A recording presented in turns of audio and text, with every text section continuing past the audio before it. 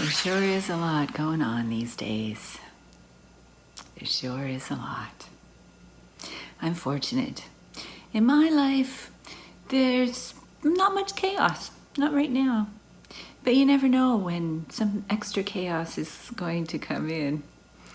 When this pandemic started, and I had to make big changes in how I was doing my work, and the same with my husband, that was pretty chaotic. But we got through it and found a new normal inside our house. But you never know when that one more thing is going to come that'll just put it over the top, put it beyond what you can handle. I hope that day doesn't come very soon for me, because it's not much fun. But I wanted to share with you a story about my grandmother's tear cup. It's just a tiny little cup, no handle. And I don't know how I found out that it was her tear cup. Maybe my mother told me. And I was the one that inherited this cup. I was the one that took it home, maybe because I was the only one that it meant something to. In Victorian days, women would have a cup in which they would actually collect their tears, to value their tears. And there's a Bible reference to gathering one's tears in a jar. So this was my grandmother's tear cup. And I've used it for many years to talk about what is going on in a person's life and how much capacity you have to hold all the things that are happening. Some people have a very small cup like this. Other people have a great, big, huge cup that will hold an awful lot of things going on in your life. So instead of saying that my plate is full, I talk about my cup being full. My cup right now, as I said, is not very full of the stressors of life. The level of stress in my cup is pretty good. It would take a lot of small things or some big extra thing on top of all this pandemic nonsense. I shouldn't call it nonsense. It's very serious. On top of this pandemic, who knows what would make my cup so full that it would splash over.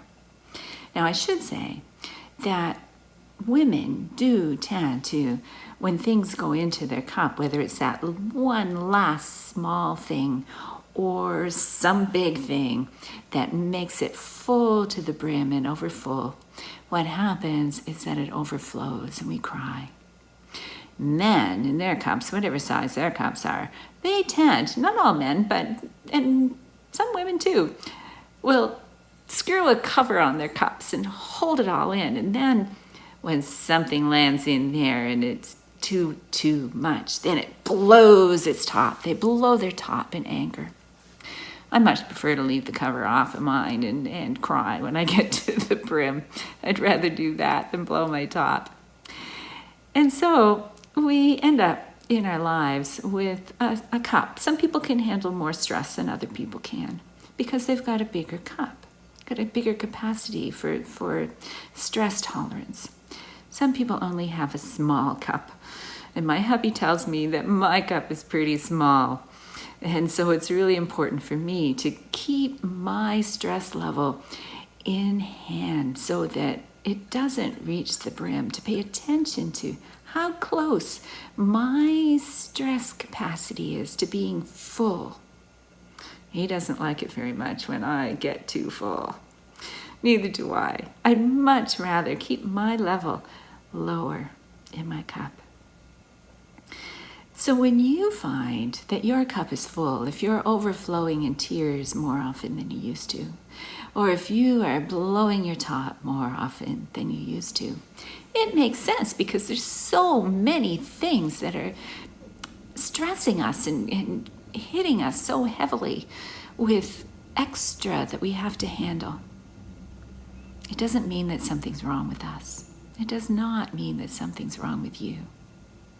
It means that your cup is full. And it's important for each of us to pay attention to our cups and try to keep that level as low as we can, because we never know when that one more thing's going to come. We never know.